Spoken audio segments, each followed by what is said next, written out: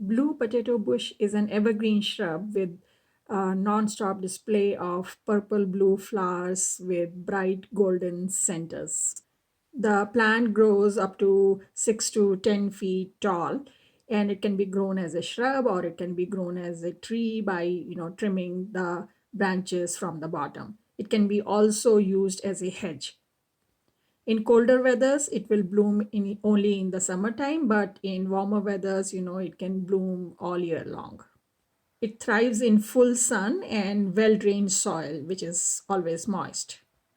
All parts of this plant are poisonous, so if you have small children or pets in your house, then you don't want to grow this. This is native to Paraguay and Argentina. It is also known as Paraguay nightshade and royal robe. It is hardy in USDA zones 8 to 11. Best way to propagate is through seeds or through cuttings.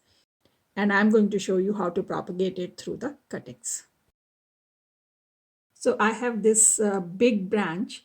So I'm going to make about 4 to 5 inches long cuttings from this big branch and then plant them. So take a sharp cutter and just cut, as many cuttings as you want. It's always helpful to scratch the woody cuttings a little bit at the bottom because that promotes the root growth. For thinner ones, you can skip it, but for thick cuttings, you should definitely do it. And if you can't plant the cuttings right away, put them in water so that they don't dehydrate. So just dip each cutting in rooting hormone and plant it in a planter. In this planter, I have mostly cocoa peat and a little bit of perlite.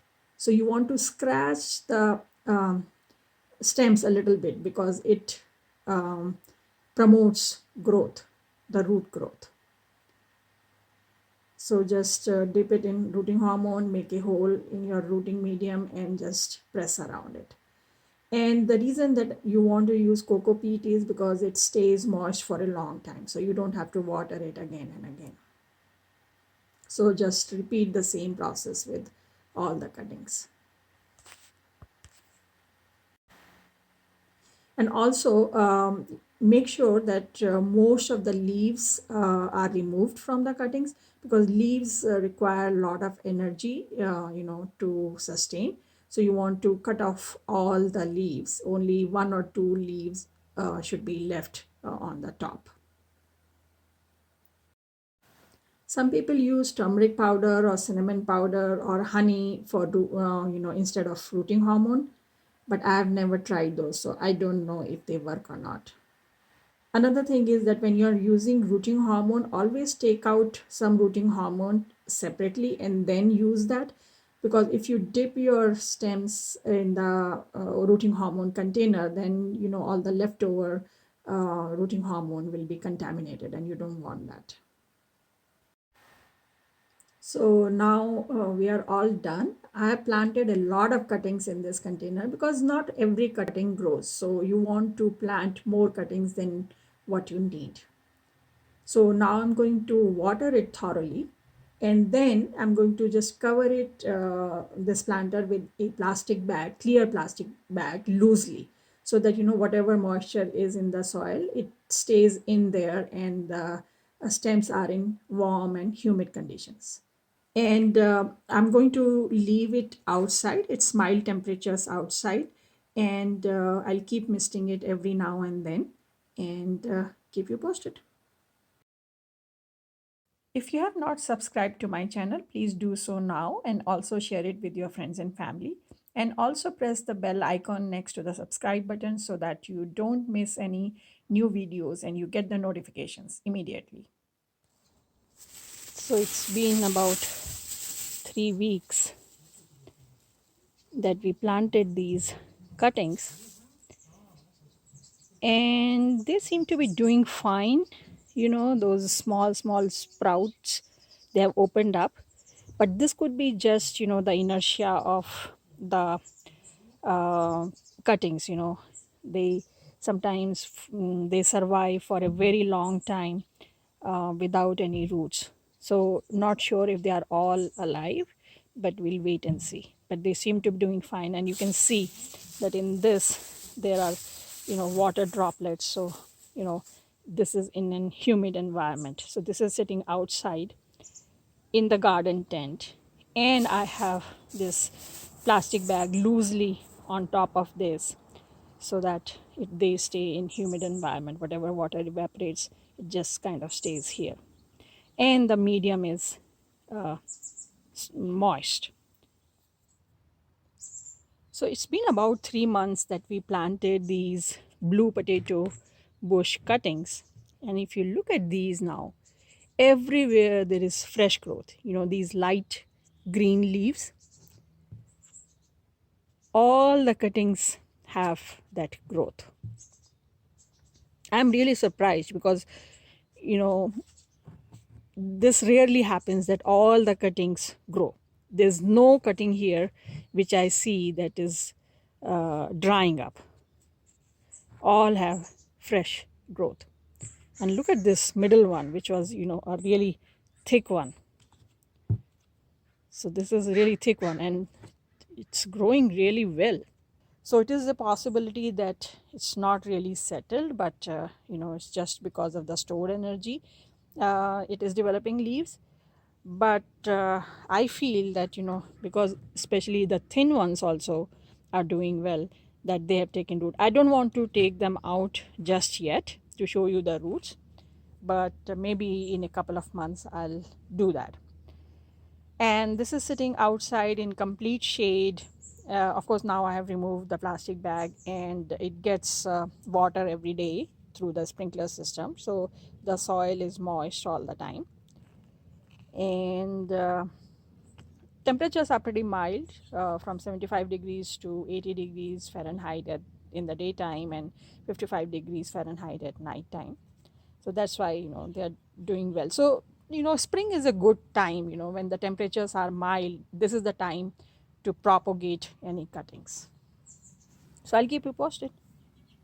I have also added some fertilizer, some general purpose fertilizer to this, because we started with just coco peat and perlite. So these plants will not grow well if we didn't fertilize it.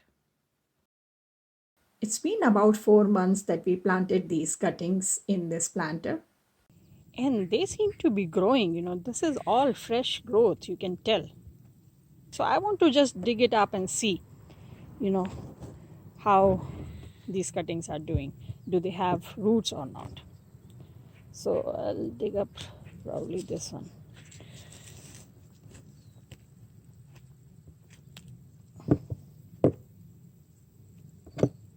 So it's hard to pull it out. That means they have roots.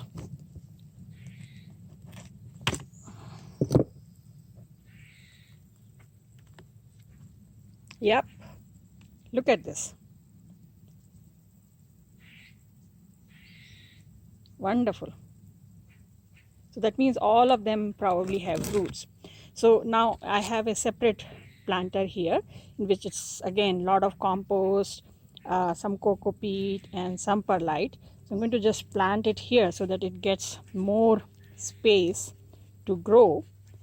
I'm going to water it thoroughly, and now I'm going to, for 1 week, I'm going to put in a shaded area, and then I'm going to put it in, partial sun, like this plant. These cuttings, they were in partial sun, and they've been growing so happily. So then I'm going to move it there, and let's see if this survives. But I'm really so happy that the cuttings developed roots. So I'll keep you posted.